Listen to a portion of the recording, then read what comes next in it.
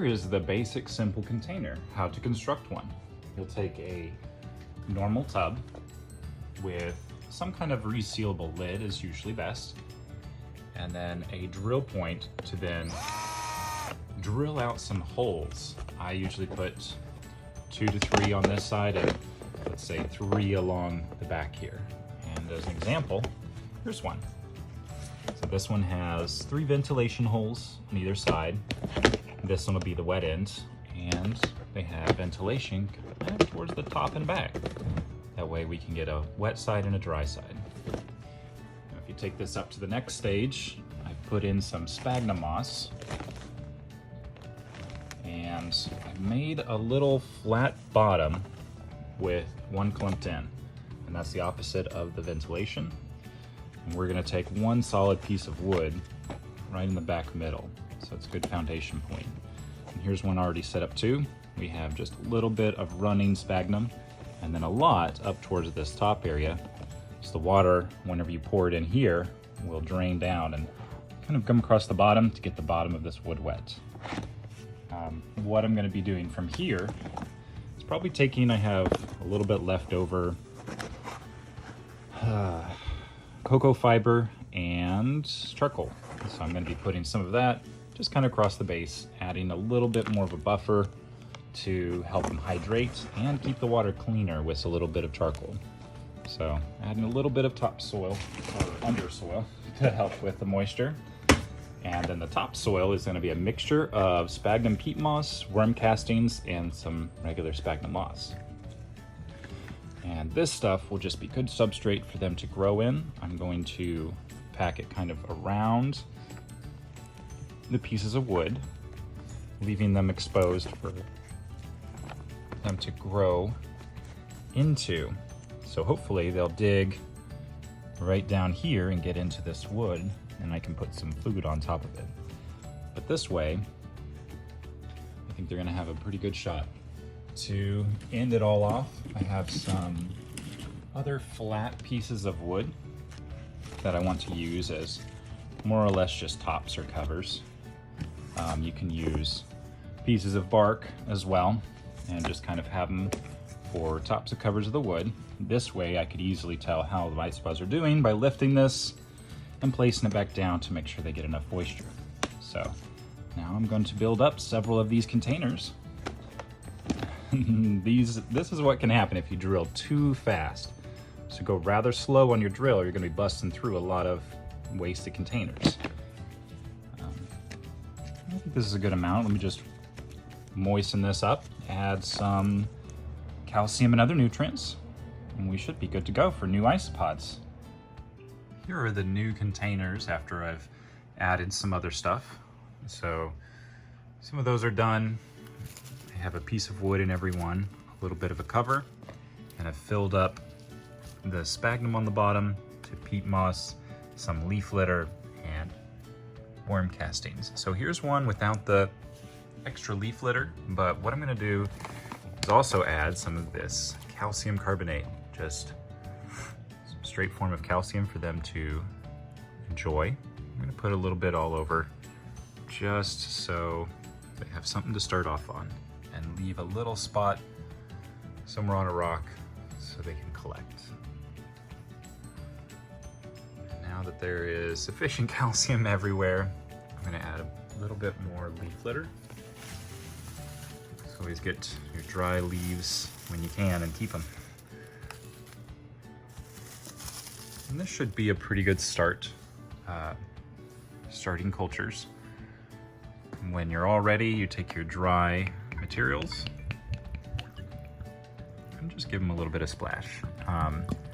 Basically, I like to have this whole side damp, and what I'm trying to do is allow water to travel up and under, so on either side there's a little bit of dampness. The middle can stay dry along with their wood, but I want the bottom of the wood to be wet. And that's where all the little babies like to hang out, in that really damp, rotting wet wood portions. So we're gonna see.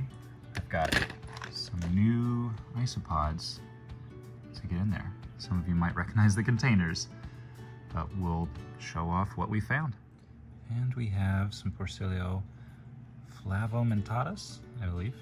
And they have a little white pattern along their back that kind of looks like they have a sheen when under highlights, but that's just their patterning. So we're gonna let them wander around into their new container, and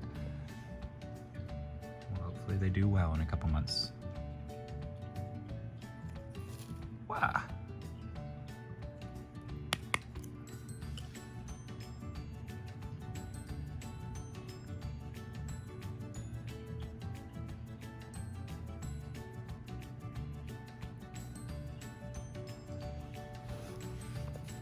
Now here's just more in a normal one, but I didn't have this pattern and I thought it was really nice.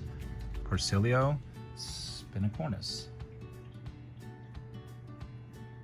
Just had a really nice light patterning, especially this one. And I wanted to see if we could get a reduced patterning eventually, or even maybe an albino pops up and we'll see what they can do. But it seems to have quite a few in there. Gonna let them go and flourish. There you go. We'll let them all get out and we'll pick up some of the sphagnum later.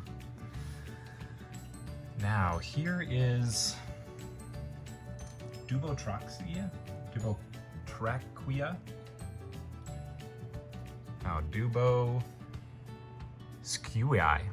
Porcellio Duboscqui. Basically, they've got an orange skirt and they've got some yellow dots along their back. So I thought this was a very interesting colored species. They look a little bit more gray than brown, but maybe these are juveniles and they will color up after a while. Let's let some of them go. I remember them being very brown skirts and yellow dots. Kind of like an ornatus that filled up the hole, or a Hasi. So we'll have to give them some time to get up to adult form and see what can come out of these, but I'm excited. Duboscqui.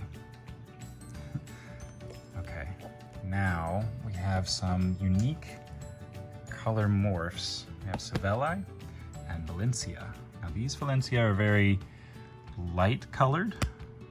I specifically wanted to get some that were lighter in coloration and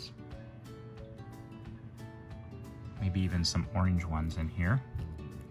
Let's check if we can toss a few out and see what we can find. There should only be a couple, usually. If this one, they're all along this side here.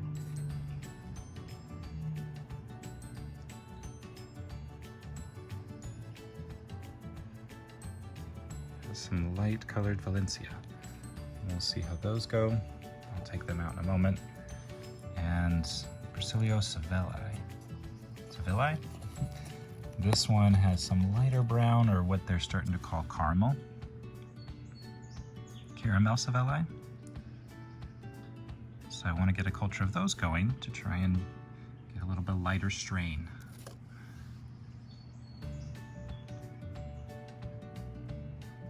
And those are the 5 new ones. So we're gonna give them some time. I'm gonna put them up and we'll see how they grow. Hopefully we'll get some cool new types out of these.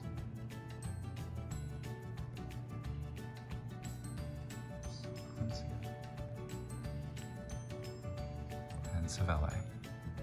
Thanks.